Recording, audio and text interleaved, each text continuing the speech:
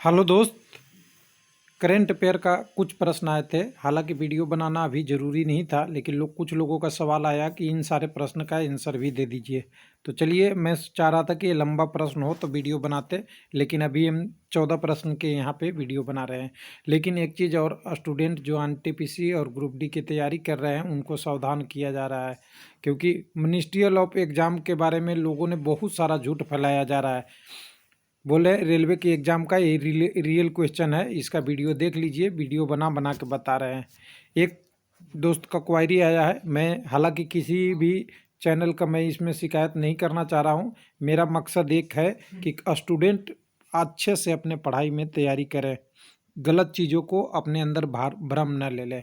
लेकिन एक कैंडिडेट कह रहा है कि इंडिया का नंबर 1 चैनल, जो भी कहता हो मुझे नहीं पता, मैं किसी का वीडियो नहीं देखता जनरली।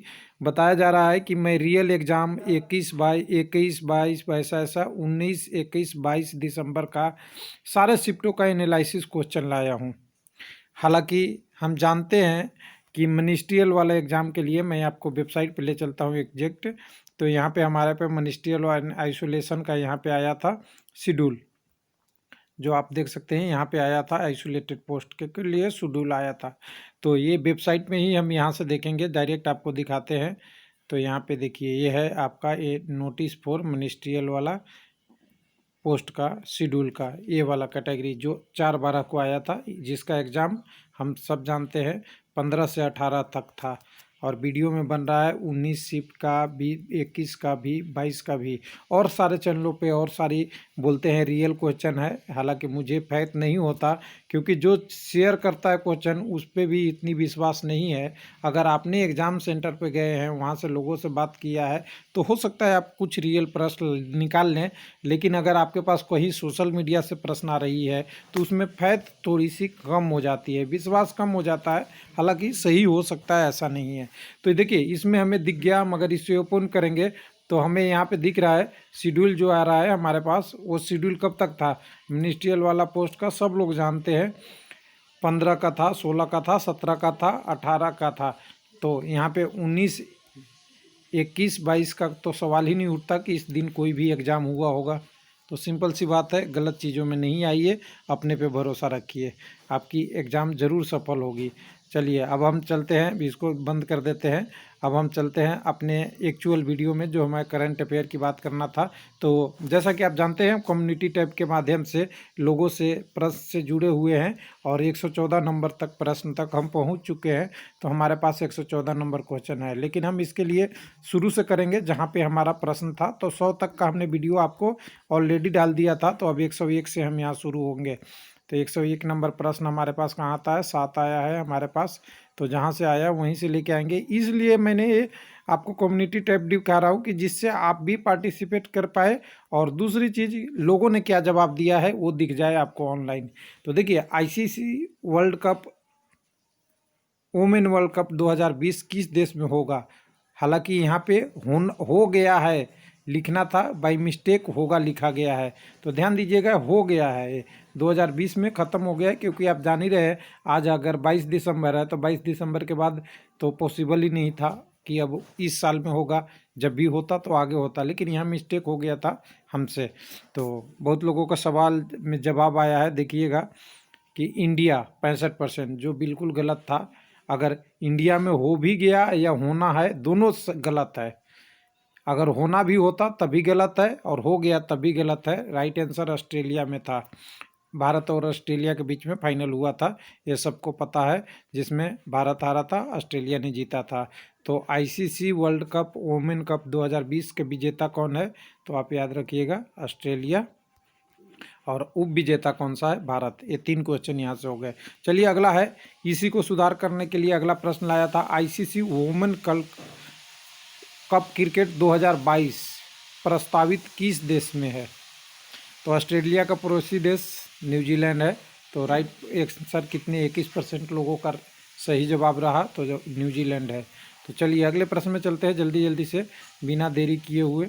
अगला हमारा पास प्रश्न है, international hockey federation men's hockey world cup 2023 कहाँ पे होना प्रस्तावित है। बिल्कुल लोगों की निशाने सही पे, भारत में। अगला प्रश्न इसी से हम लेके आएंगे, यानी भारत में ही हॉकी मेंस कप होगा 2023 में। उसके बाद इसमें शहर का नाम बताना था, सेम इंटरनेशनल हॉकी कप का मेन वर्ल्ड कप 2023 का कौन सा शहर में होना है। तो यहाँ पे आप देखेंगे तो 75% लोगों ने क्या जवाब दिया है, तो 75% लोगों ने 74% लोगों ने जवाब दिया है भुवनेश्वर और कटक, जो बिल्कुल गलत है। कौन सा शहर है, तो राउरकेला और भुवनेश्वर। ये राइट आंसर आपका कौन सा है, राउरकेला और भुवनेश्वर, जो 13% लोगों ने सही जवाब दिया है। उसके बाद अगले प्रश्न में चलेंगे तो 105 के बाद 105 नंबर है, ह्यूमन डेवलपमेंट इंडेक्स 2019 में भारत का क्या स्थान था। तो लोगों के निशाने बिल्कुल सही जगह पे है, 78% लोगों ने सही जवाब दिया है। 129वें स्थान पे भारत था, लेकिन 2020 में 2 स्थान फिसल गया है, उसी को मैं लेके आया हूँ अगले प्रश्न में। ह्यूमन डेवलपमेंट इंडेक्स 2020 में भारत का स्थान क्या है। तो यहाँ पे आपका लोगों ने फिर से वही प्रश्न को रिपीट कर दिया, 19 वाला को ही, लेकिन लोगों का सही जवाब कितना है, 23% का। तो अब क्या याद रखना है, 2019 पूछेगा तो अगर 129 था, अगर 2020 अगर प्रश्न आता है तो यहाँ पे 131 होगा। ये दोनों आप कोऑर्डिनेट कर लेंगे। चलिए 106 के बाद 107 में चलेंगे। 107 हमारे पास कहाँ प्रश्न आया, देखिए यहाँ या हल्दीबाड़ी चिलाहाटी रेलवे लिंक किस स्थान पे शुरू हुआ है। तो लोगों ने बिल्कुल राइट जवाब दिया है 81%, क्योंकि उसी दिन का प्रश्न था, उसी दिन इसका उद्घाटन हुआ था। तो देखिए भारत में आज़ादी के समय जब आज़ाद भारत हुआ, बांग्लादेश हुआ था 1971 में या उसके आसपास, 1965 के ईस्वी के आसपास में, तो भारत और बांग्लादेश के बीच में 5 लिंक चलते थे।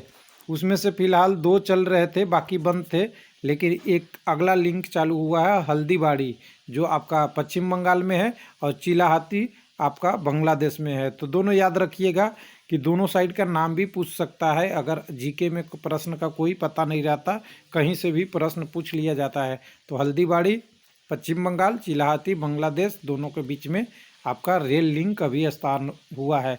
ये भी पूछ सकता है हल्दीबाड़ी चिलाहाटी के बीच क्या सेवा अभी भारत सरकार द्वारा शुरू की गई है। अगर ऑप्शन दे दिया बस, रेल या और कुछ भी दे सकता है, हवाई जहाज़ वगैरह वगैरह वगैरह, तो यहाँ पे हम ध्यान रखेंगे रेलवे लिंक चालू हुआ है। तो चलिए अगले प्रश्न में चलते हैं। 17 दिसंबर 20 को इसरो द्वारा CMS-1 कम्युनिकेशन सैटेलाइट लॉन्च किया था, किसके द्वारा, PSLV C50 को। ये एक्सटेंडेड सी बैंड प्रयोग के लिए किया गया था, लेकिन हमने यहाँ पर पूछा था सी बैंड की फ्रीक्वेंसी क्या है। तो इस प्रश्न में हमने कोशिश किया है कि कम से कम 4 से 5 प्रश्न कवर हो जाए। ध्यान दीजिएगा, दिसंबर 20 में इसरो द्वारा, देखिए सबसे पहले देखिए, एक तो हो गया दिसंबर 20 को इसरो द्वारा CMS-1 कम्युनिकेशन सैटेलाइट किस यान द्वारा लॉन्च हुआ, PSLV C50 के द्वारा, जिसका प्रयोग किसके लिए होगा, सी बैंड के लिए। तो ये 4-5 क्वेश्चन है ना, हो सकता है कि आपको पूछ दे, तो इसको भी आप ध्यान रखेंगे। तो इस सी बैंड का फ्रीक्वेंसी रेंज क्या है, तो सब लोग जानते हैं, लेकिन आंसर गलत देते हैं। सब लोगों ने गलत आंसर दिया है 2 to 4 गीगाहर्ट्ज, लेकिन राइट आंसर है 11% लोगों ने सही जवाब दिया है 4 to 8 गीगाहर्ट्ज, ये इसकी फ्रीक्वेंसी रेंज है। चलिए अगले प्रश्न में चलेंगे। तो अगला प्रश्न हमारे पास आएगा ऊपर ही। तो चलिए एक एक करके, हमारा जो ये वीडियो का थंबनेल वगैरह है, लेकिन हम प्रश्न पे फोकस करेंगे। Global visionary of sustainable business and peace award किसको मिला है। तो लोगों ने सही पहचाना है, 84% लोगों ने रतन टाटा को मिला है, बिल्कुल सही है। अगले प्रश्न में चलेंगे। तो अगले हमारे पास प्रश्न आएगा 109 के बाद, देखिए कहाँ गया जी, प्रश्न पे आते हैं डायरेक्ट कहाँ गया जी, नीचे है क्या हमारे पास प्रश्न, कहाँ आया है दोस्त। अभी थोड़ा यहाँ पे लगता है कि वो RRB का वाला नोटिफिकेशन था, ठीक है। 2020 का नोबेल पीस प्राइज किसको मिला है या किसने जीता है, उसके बारे में है। तो यहाँ भी थोड़ी सी टाइपिंग मिस्टेक हो गई, हालांकि लोगों ने सही पकड़ा है, सही जवाब है। यहाँ पे WFP होना चाहिए था।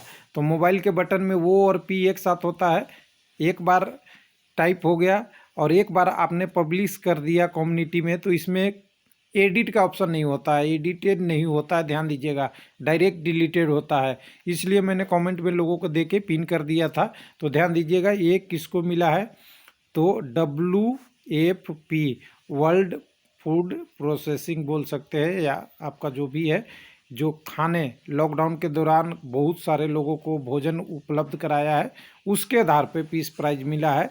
और ये बहुत अलग तरह का इस बार एक्सपेरिमेंट है। हर बार व्यक्ति को पीस प्राइज मिलता था, इस बार एक संस्था को मिला है, इसलिए आप एक ध्यान रखिएगा। हो सकता है प्रश्न इधर से न उधर से, और हो सकता है इसके बारे में और जानकारी जितनी इकट्ठा कर लें बहुत कम पड़ेगी। हो सकता है इस एग्ज़ाम में इम्पोर्टेंट प्रश्न बन जाए। अगला प्रश्न आज ही डाला था मैंने, मिशन कर्मयोगी किससे संबंधित है? तो ये अभी 2020 में ही इसका शुरुआत हुआ था, तो हाईलाइटेड है, गवर्नमेंट का प्रोग्राम है और लोगों ने सही जवाब दिया है। बिल्कुल हम सही के साथ सही जाएंगे।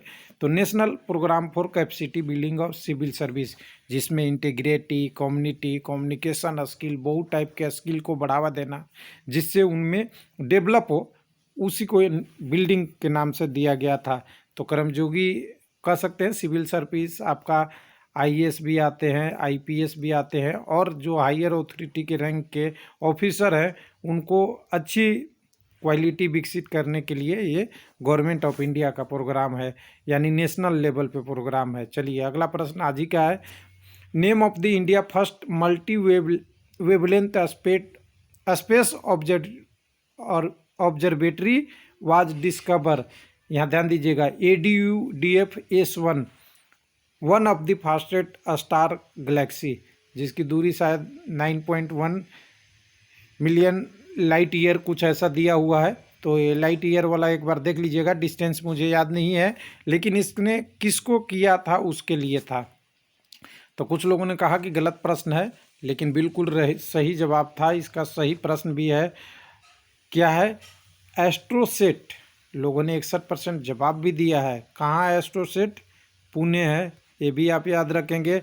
और किसके द्वारा स्थापित है? तब इसरो होगा। ध्यान दीजिएगा, इसरो की ही संस्था है, लेकिन इसरो नहीं है। और कुछ लोगों ने 10% सतीश धवन स्पेस सेंटर किए हैं। ये सैटेलाइट लॉन्चिंग का हमारा सेंटर है, न कि आपका किसके लिए? ऑब्जर्वेटरी के लिए है। तो ध्यान दीजिएगा, छोटी छोटी प्रश्नों में डिफरेंस होती है, जिसके कारण से भी हमें पकड़ना होता था। राइट से है एस्ट्रोसेट।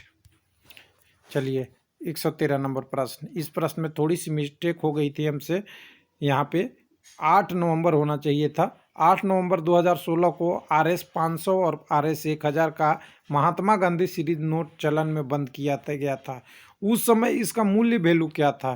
कुछ लोग कह रहे हैं ऐसा प्रश्न नहीं आएगा, जबकि ये यूपी पुलिस या दिल्ली पुलिस कहीं एग्जाम में ये आ चुका है।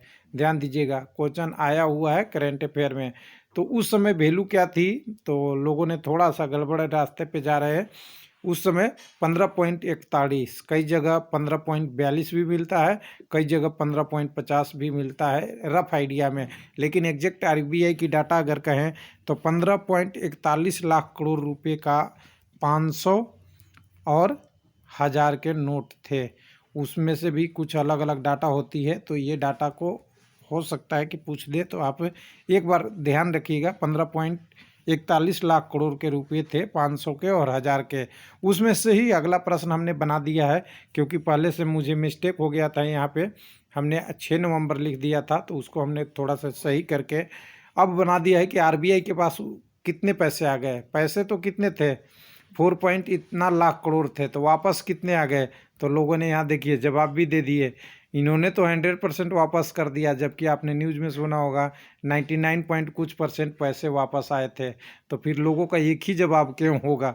यही बहुत डिफरेंस है समझने में। यानी वापस आए थे 15.30 लाख, बिल्कुल राइट जवाब है। लेकिन जब बंद हुआ था तो टोटल पैसे कितने थे? 15.41 लाख करोड़ रुपए।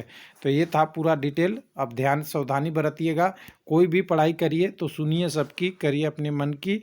और सबसे बड़ी चीज़ है कि ट्रस्ट आपको अपने आप ढूंढना पड़ेगा कि कहाँ है, किताबों में या वीडियो में या कहीं और। थैंक यू, धन्यवाद।